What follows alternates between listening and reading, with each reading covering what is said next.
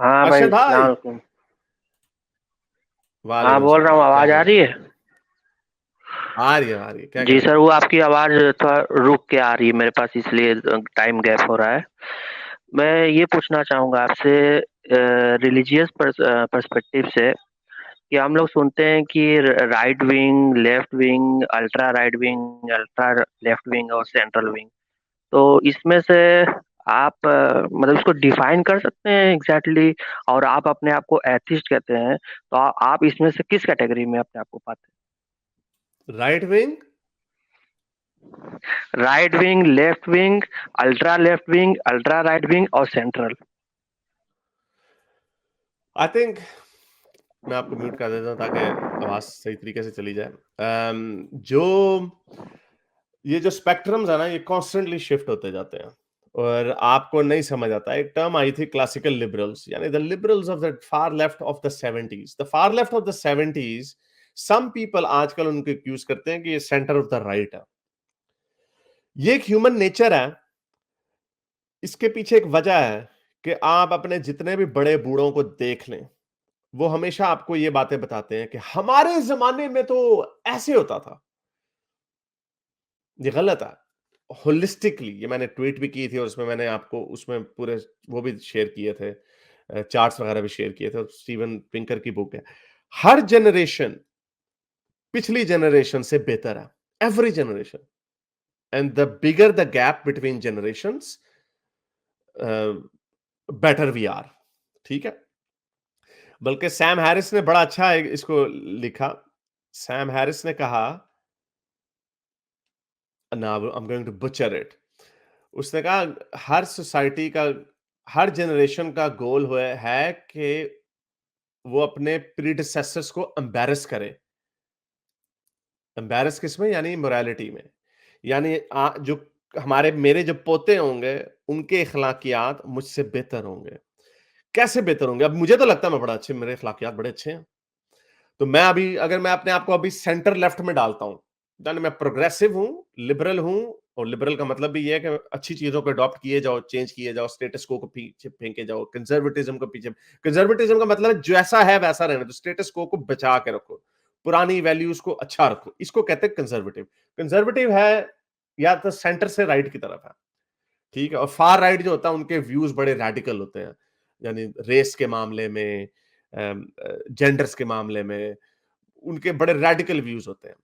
आपको right of the centre जो होंगे, वो आपको लगेंगे हाँ ठीक है, तो अच्छे हैं हम, फैमिली है, ये है, ठीक है, सेक्सुअली कंजर्वेटिव हो, वगैरह वगैरह।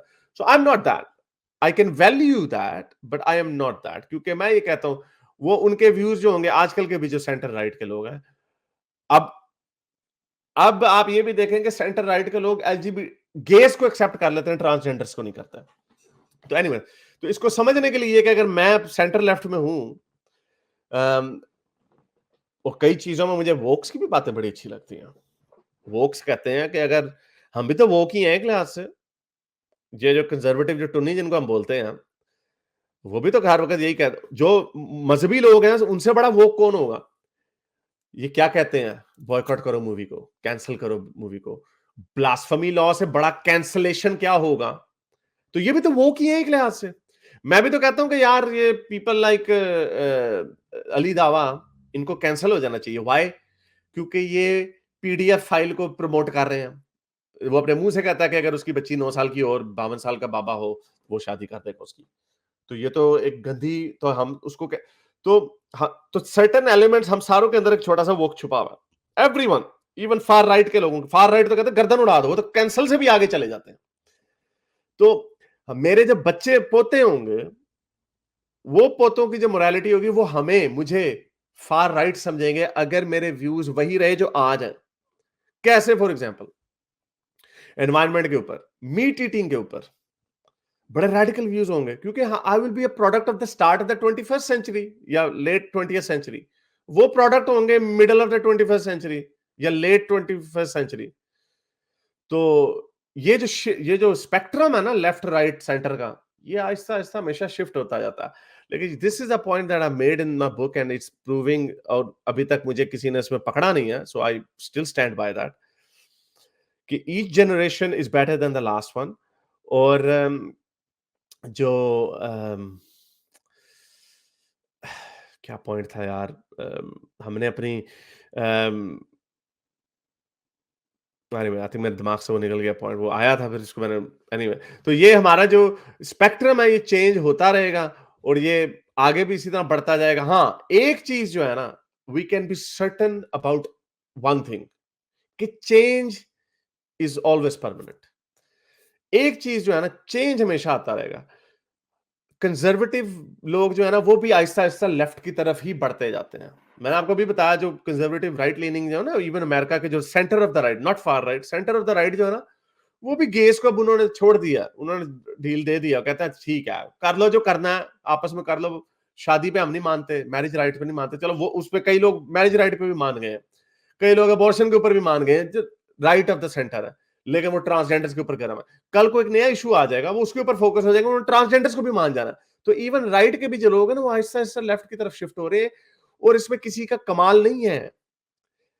ह्यूमन सोसाइटी नाम ही प्रोग्रेस का, तो इसलिए मुझे कंजर्वेटिव तो मैं कभी भी, जिस दिन मुझे मेरे बच्चों ने कह दिया ना कि बाबा आप ना कंजर्वेटिव साइड पे जा रहे हैं, मैंने उसी वक्त अपने सारा वर्ल्ड व्यू फेंक देना, क्योंकि मैं कंजर्वेटिव कभी नहीं हो सकता।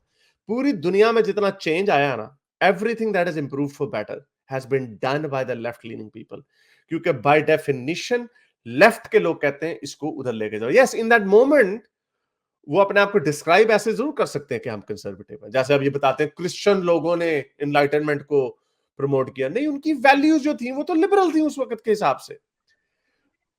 चर्च को चैलेंज करना और ये कहना कि चर्च और स्टेट को सेपरेट होना, even though you are a Christian, then it means for in that particular argument you are a liberal, आप उसको प्रमोट कर रहे हैं। So I think I would call myself left leaning liberal, centre of the left. अभी आप अपने आप को किस कैटेगरी में डालते हो? बता दिया ना, left, left, centre of the left.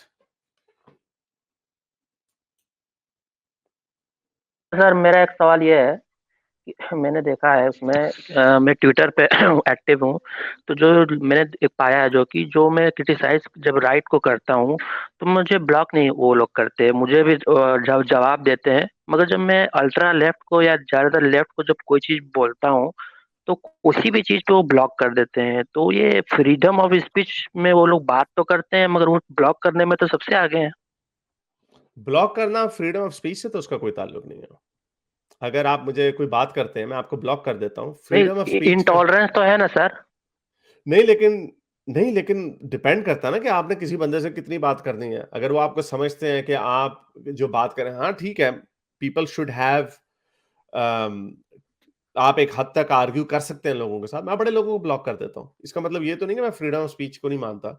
आपके पास फ्रीडम ऑफ स्पीच जो है ना, वो है स्टेट के साथ, इंडिविजुअल के साथ नहीं। फॉर एग्जाम्पल, आप मेरे पीछे पड़ जाओ, ट्रोल किया जाए, ओ यार ये आई कैन ब्लॉक यू।